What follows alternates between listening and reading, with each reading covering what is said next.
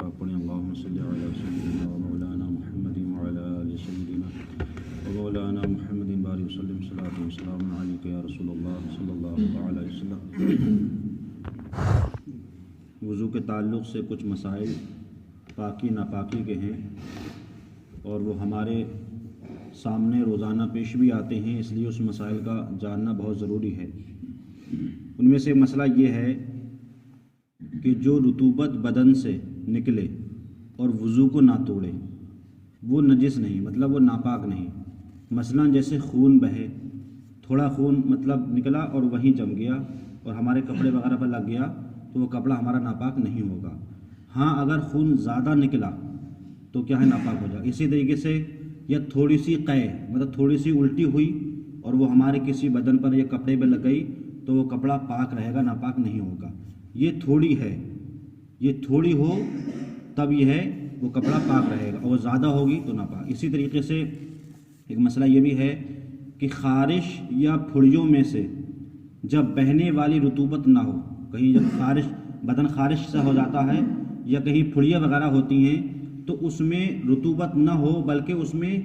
Cheap ہو۔ Cheap کا مطلب یہ چپچپاپن ہوتا ہے پھڑیوں وغیرہ میں، تو اگر وہ کئی بار ہمارے کپڑوں پر لگ رہا ہے تو اس سے بھی کیا ہے، کپڑا ناپاک نہیں ہوگا، کپڑا پاک ہوگا۔ جبکہ وہ کیا ہو، تھوڑی ہو، مطلب صرف چپچپاہٹ ہو، اس میں خون نہ ہو یا دوسری چیز نہ ہو۔ اسی طریقے سے ایک مسئلہ یہ بھی ہے کہ سوتے کے وقت میں مطلب رال جو منہ سے گرے اگرچہ پیٹ سے آئے، اگرچہ بدبودار ہو، وہ کیا ہے، پاک ہے۔ عموماً کچھ لوگوں کو یہ ایسی عادت ہوتی ہے کہ منہ سے ان کی رطوبت آتی ہے تو اس رطوبت آنے سے وہ جہاں جہاں وہ لگی کپڑا ناپاک نہیں ہوگا، اگرچہ رطوبت کیا ہوتی ہے، مطلب بدبودار ہوتی ہے، انسان اس کو ناپسند کرتا ہے لیکن اس سے کپڑا ناپاک نہیں ہوگا۔ اسی طریقے سے ایک مسئلہ یہ بھی ہے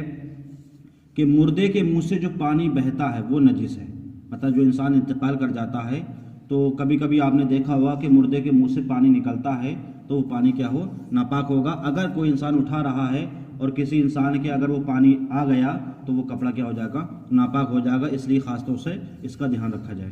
ایک خاص مسئلہ یہ بھی ہے کہ آنکھ دکھتے میں جو آنسو بہتا ہے، مطلب جن کی آنکھیں دکھتی ہیں اور جو آنسو بہتا ہے تو اس آنسو بہنے سے وہ باقاعدہ پانی نہیں ہوگا بلکہ وہ ناپاک پانی ہوتا ہے، اس سے وضو بھی ٹوٹ جائے گا اور وہ پانی جہاں جہاں گرے گا اس چیز کو بھی وہ ناپاک کر دے گا۔ عموماً لوگ کیا کرتے ہیں، جب آنسو بہا تو اپنے گال صاف کر لیا اور کپڑے پہ چھینٹیں گر جاتی ہیں، تو کپڑے پہ اگر وہ چھینٹیں گر گئیں تو کپڑا کیا ہو جائے گا، اتنا کپڑا ناپاک ہو جائے گا اور اس کا گال بھی کیا ہو جائے گا، ناپاک ہو جائے گا۔ صرف پوچھنے سے کام نہیں چلے گا بلکہ دھویا جائے گا۔ اسی طریقے سے کسی کی آنکھ جب دکھتی ہو تو وہ احتیاط یہ رکھے کہ ایک الگ سے رومال چھوٹا سا لے لے اور جیسے ہی پانی آنے کا اس کو گمان ہو کہ آنے والا ہے ویسے ہی وہ آنکھ پر لگا لے تاکہ وہ پانی وہی اسی رومال میں جذب ہو جائے، نہ ہمارے کپڑے پہ گرے نہ ہمارے کیا ہے رخسار پر گرے۔ اس چیز کا خاص طور سے دھیان رکھنا چاہیے۔ ایک مسئلہ یہ بھی ہے کہ شیر خوار بچے، شیر خوار کہتے ہیں جو بچے دودھ پیتے ہیں، شیر خوار بچے نے دودھ ڈال دیا، اگر وہ منہ بھر ہے تو وہ ناپاک ہے، اور درہم سے زیادہ جگہ پر جس جگہ کو لگ جائے وہ ناپاک کر دے گا۔ لیکن اگر یہ دودھ معدے سے نہیں بلکہ سینے تک پہنچا تھا اور واپس آ گیا تو پاک ہے۔ مثال کے طور پر بچے کو ابھی ماں نے دودھ پلایا اور دودھ پلانے کے بعد ابھی سینے سے لگایا مطلب، اور جیسے ہی دودھ ابھی پلایا تھا ویسے ہی اس نے دودھ الٹ دیا، تب تو وہ دودھ پاک رہے گا، کیونکہ ابھی پیٹ تک نہیں پہنچا تھا، ابھی سینے تک پہنچا ہی تھا کہ واپس آ گیا، اور دودھ پلاتے کافی وقت ہو گیا، اس کے بعد اپنے لیا اور بچے نے الٹی کر دی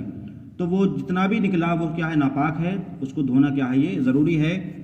ہماری مائیں یا وہ لوگ جو بچوں کھلاتے ہیں اس چیز کا خاص طور سے دھیان رکھیں کہ اگر بچے نے دودھ الٹا ہے اور وہ کافی دیر کے بعد آیا ہے، مطلب پیٹ میں جانے کے بعد آیا ہے تو وہ کیا ہے، ناپاک ہے۔ اسی طریقے سے خاص مسئلہ یہ بھی ہے کہ ہم وضو کر رہے تھے اور وضو کے درمیان ہی ری خارج ہو گئی یا کوئی ایسا واقعہ ہو گیا جس سے ہمارا وضو ٹوٹ گیا، تو ہم نے شروع سے جو وضو کیا تھا وہ سارا وضو ہمارا بیکار جائے گا، اب ہمیں نئے طریقے سے وضو کرنا پڑے گا۔ مثال کے طور پر ہم نے کلی بھی کی، ناکے پانی چڑھایا، منہ دھویا، اب ہم ہاتھوں کو دھو رہے تھے، اتفاقاً ہماری ری خارج ہو گئی یا ہمارا خون کہیں سے بہہ گیا، اتنا بہہ گیا کہ جس سے وضو ٹوٹ جاتا ہے، تو ہمارا سارا وضو جو ہم نے شروع سے کیا تھا اب ہم کو شروع سے ہی کرنا پڑے گا، باقی ہمارا وضو نہیں رہے گا۔ اسی طریقے سے ہم وضو کر رہے تھے، ہمارے چلوں میں پانی تھا اور پانی ہوتا اسی وقت میں ہماری ری خارج ہو گئی تو ہمارے جو ہاتھوں پانی وہ پانی بھی خراب ہو گیا، اب وضو کے قابل نہیں ہے، ہم اس کو مطلب پھینک دیں اور نئی طریقے سے شروع سے کیا کریں، وضو کریں۔ ایک خاص مسئلہ اور بھی ہے جو ہم سب کو یہ پیش آتا ہے کہ جو انسان باوضو تھا، مطلب اس کا وضو تھا لیکن اس کو شک ہے کہ میرا وضو ہے یا ٹوٹ گیا۔ ایسا ہوتا ہے عموماً کہ لوگوں کو شک ہے کہ میرا وضو ہے یا ٹوٹ گیا، تو اگر اس کو شک ہے تو اسے وضو کرنے کی کوئی ضرورت نہیں ہے، ہاں کر لینا یہ بہتر ہے۔ مطلب کسی کو یہ شک ہو کہ میرا وضو ہے یا ٹوٹ گیا تو کہتے ہیں اس کو وضو کرنے کی ضرورت نہیں ہے، لیکن اگر کر لے گا تو کیا یہ بہتر ہے۔ اسی طریقے سے ایک مسئلہ اور بھی ہے کہ کوئی شخص بے وضو تھا، اب اسے شک یہ ہوا کہ میں نے پتہ نہیں وضو کیا یا نہیں کیا، اسے شک ہے، حالانکہ یہ تو پتہ تھا کہ میں بے وضو ہوں، لیکن اب شک اسے یہ ہے کہ میں نے وضو کیا ہے یا نہیں کیا ہے، تو وہ بلا وضو ہے، اسے وضو کرنا ضروری ہے۔ پہلے مسئلے میں اور دوسرے مسئلے میں فرق ہے۔ پہلے انسان باوضو تھا، اب اسے شک ہوا کہ میرا وضو ٹوٹا ہے یا رہ گیا ہے، تو اس کو کرنا ضروری نہیں، کر لے بہتر ہے۔ دوسرا یہ ہے کہ انسان بے وضو تھا، اب اسے شک ہے پتہ نہیں میں نے وضو کیا ہے مسجد میں یا گھر پہ کیا ہے یا نہیں کیا ہے، تو اسے شک ہے تو وہ بے وضو مانا جائے گا، اسے وضو کرنا کیا ہے، یہ ضروری ہے۔ تو یہ تمام مسائل وضو کے تھے۔ اللہ تعالیٰ مجھے بھی اور آپ کو بھی ان مسائل پر عمل کرنے کی توفیق عطا فرمائے۔ اللہم صلی